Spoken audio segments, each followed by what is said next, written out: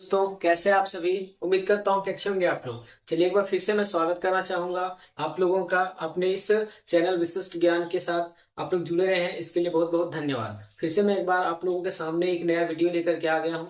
जैसा कि मैंने बताया था आपको कि मैंने 9th क्लास का आपको क्रैश कोर्स शुरू किया है, जिसमें मैंने एक आगे का टॉपिक आज आप लोगों के साथ डिस्कस करूंगा। और ये आप लोग के साथ जो टॉपिक है, ये टॉपिक हम लोगों का होने वाला है कि सर बहुपद के शून्य को कैसे निकालते हैं और बहुपद के मान को कैसे निकालते हैं। तो आज हम लोग सीखेंगे इस वीडियो में कि बहुपद के मान और बहुपद के शून्य को कैसे निकाला जा सकता है। तो चलिए, तो बहुपद जैसा कि मैंने इस पिछले वीडियो में बताया था आपको कि जैसे अगर कोई भी एक क्वांटिटी हो, मतलब कोई पद हो जिसमें एक चर पद हो दूसरा अचर हो, ठीक है, जैसे ये। तो इसका मतलब कि एक ये और एक ये दोनों संक्रिया किससे जुड़ा हुआ है, दैट मीन्स प्लस से जुड़ा हुआ है। तो इसको हम लोग बोलेंगे चर, इसको बोलेंगे अचर। दैट मीन्स ये जो एक्स है ये चर कहलाएगा और ये अचर कहलाएगा। लेकिन इन दोनों के मिला करके इसको हम बहुपद के श्रेणी में रखेंगे। अब बहुपद के प्रकार होते हैं, जैसे मैंने बता दिया था कि एक पद द्विपद।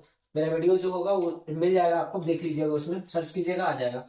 यहाँ पे है फोर। तो ये एक प्रकार का क्या हमारा बहुपद है। अब इस बहुपद को हम लोग डिनोट करते हैं पी से। और ये x के टर्म यानी x इसमें क्या है, चर पद है, इसलिए हम लोग इसको पी एक्स से डिनोट करेंगे। और ये पी एक्स बराबर कितना हो जाएगा, 4x+10। इसका मतलब p का मतलब पॉलिनोमियल और पॉलिनोमियल का मतलब बहुपद, ठीक है। जैसे अगर इसी तरीके से हम t के टर्म में लिखना रहे तो t के टर्म में क्या होगा, पॉलिनोमियल। तो मान लो कुछ भी हो सकता है, 7/3। ये हो जाएगा आपका t² + 7।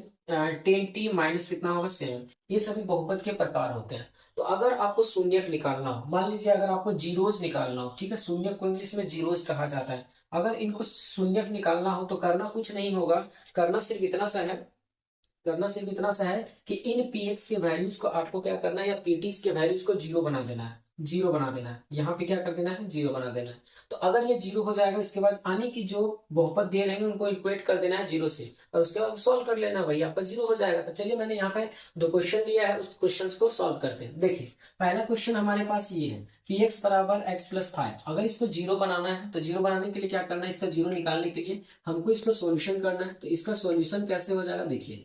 तो इसका सॉल्यूशन करने के लिए आपको करना क्या होगा कि पी एक्स का वैल्यू कितना बनाना है आपको, जीरो। अब तुम देखो, इस पी एक्स का वैल्यू दिया कितना है, तो सर x+5 दिया है। तो x+5 बराबर कितना हो जाएगा, जीरो। तो इसका मतलब कि x+5 जीरो। तो अगर x का टर्म उधर जाएगा तो इसका मतलब ये टर्म देखो, यहाँ से ये लेफ्ट साइड में प्लस में इधर आकर के माइनस में हो जाएगा, तो ये -5। तो सर अगर जीरो में 5 माइनस करेंगे तो -5 आंसर। इसका मतलब हमारा जो शून्यक होगा वो कितना होगा, -5 होने वाला है, ठीक है। एक दूसरा सवाल है, देखिए यहाँ पे क्या होगा। अगर मुझे इसका सॉल्यूशन करना है तो आपको करना क्या होगा कि सर इस पी एक्स का वैल्यू को क्या करना होगा, जीरो करना होगा। अब इस पी एक्स का वैल्यू यहाँ से कितना दे रखा है, तो 3x-2 बराबर हो गया जीरो। अब यहाँ से x का वैल्यू निकालना था, डायरेक्ट नहीं निकाल सकते, तो क्या करेंगे कि 3x बराबर ये जीरो, इसको उधर लेके जाएंगे तो आपको पता है इसी के अनुसार से होगा। तो यहाँ पे सीधा 2 लिख सकते हैं, कोई दिक्कत नहीं। अब यहाँ से देखो, x के मल्टीप्लाई में नीचे आएगा तो डिवाइड, इसका मतलब ऊपर 2 हो गया और नीचे कितना हो जाएगा, तो ये हो जाएगा 3। इसका मतलब ये आपका शून्यक हो गया। इस बहुपद और ये बहुपद का शून्यक कितना हो जाएगा, ये। तो क्या ये मेरा आंसर सही है या गलत, इसको चेक कैसे करेंगे। तो देखिए, चेक करने का तरीका CHECK मैं चेक करके बताता हूँ। बहुपद का मतलब ये टर्म जीरो होना चाहिए। जैसे पी एक्स का वैल्यू ये है या ये है, मान लो इसी को मैं ले लेता हूँ।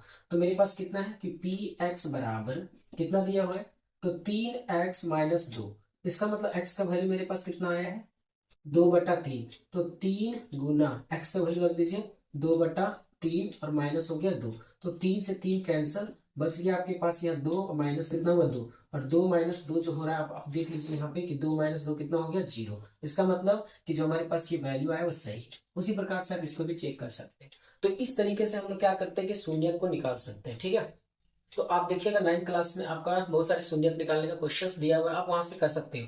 तरीका मैंने बता दिया कि कैसे होता है। चलिए अब आगे देखते हैं कि मान कैसे निकालते हैं। तो मान निकालने के लिए क्या होगा कि आपको कोई चीज का वैल्यू अगर निकालना हो तो उसके लिए वैल्यू दिया हुआ होता है।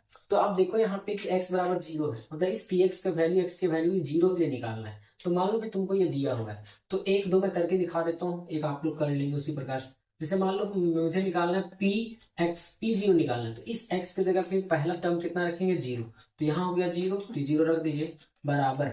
अगर ये जीरो रख दिया तो कितना हो जाएगा, 5 मल्टीप्लाइड में जहां जहां x है वहां वहां जीरो, तो ये जीरो -4 इंटू ये हो जाएगा जीरो का स्क्वायर प्लस कितना हो जाएगा, 3। तो अब आप देख लो ये कितना होगा, 5 को जीरो से करेंगे 0, माइनस 0 का स्क्वायर 0 और 4 से गुना करेंगे 0, प्लस कितना हो गया 3। इसका मतलब मेरा फाइनल आंसर कितना आ रहा है 3। तो इस P0 का वैल्यू, इस बहुपद के लिए x के वैल्यू 0 का वैल्यू कितना होगा 3 होगा। ठीक है। दूसरा देखिए, मान लीजिए मुझे P निकालना है -1, तो जहां जहां x है -1, तो देखो 5 हो गया और इंटू करेंगे -1 से, फिर कितना है 4, 4 इंटू और ये हो जाएगा -1 का होल स्क्वायर और प्लस कितना हो जाएगा 3। तो अब देखो -1 से इसको मल्टीप्लाई कर देंगे तो -5 हो जाएगा। माइनस का स्क्वायर हमेशा प्लस हो जाता है, तो माइनस का स्क्वायर प्लस, और 4 को 1 से गुना करेंगे तो माइनस कितना रहेगा 4, प्लस कितना हो गया 3। अब आपको ये पहले से ज्ञात होगा कि 5 और 4 सेम सेम साइन जुड़ जाते हैं, तो 5 और 4 कितना हो गया 9, -9 और प्लस कितना हो गया 3, बराबर कितना हो गया 9 में से 3 जाएगा तो 6 तो जरूर बचेंगे, लेकिन बड़ा साइन दिखाता है कि बड़ा साइन 9, 9 के आगे माइनस, इसका मतलब माइनस। एक क्वेश्चन ये है, ये क्वेश्चन को आप लोगों को सॉल्व करना है। तो कमेंट करके बताइएगा दोस्तों कि मैं आगे का वीडियो किसके ऊपर बना दूं ताकि आप लोग के लिए वो हेल्पफुल हो जाए। ठीक है, तो कमेंट में जरूर बताइएगा कि आपको वीडियो कैसा लगा, ताकि मैं इसी तरीके का वीडियो आप लोग के सामने लाता रहूं। ठीक है, और आप लोग का जो एग्जाम भी है वो नजदीक आ रहा है, तो कोशिश कीजिएगा कि मैं उस टॉपिक पे आपका वीडियो दे रहा हूँ, वीडियो बना रहा हूँ, मैं बनाते जा रहा हूँ ताकि आप लोगों को हेल्पफुल हो। ठीक है, और अगर आप लोग को कोई और टॉपिक की वीडियो चाहिए तो आप लोग कमेंट कर सकते हैं, ताकि मैं उस पर कोशिश कर सकता हूँ वीडियो बनाने की। ठीक है, तो चलिए दोस्तों, इसी के साथ मैं आज का वीडियो यहीं पे समाप्त करता हूँ। मिलते हैं फिर आगे का वीडियो में, तब तक के लिए धन्यवाद, thank you, all the best.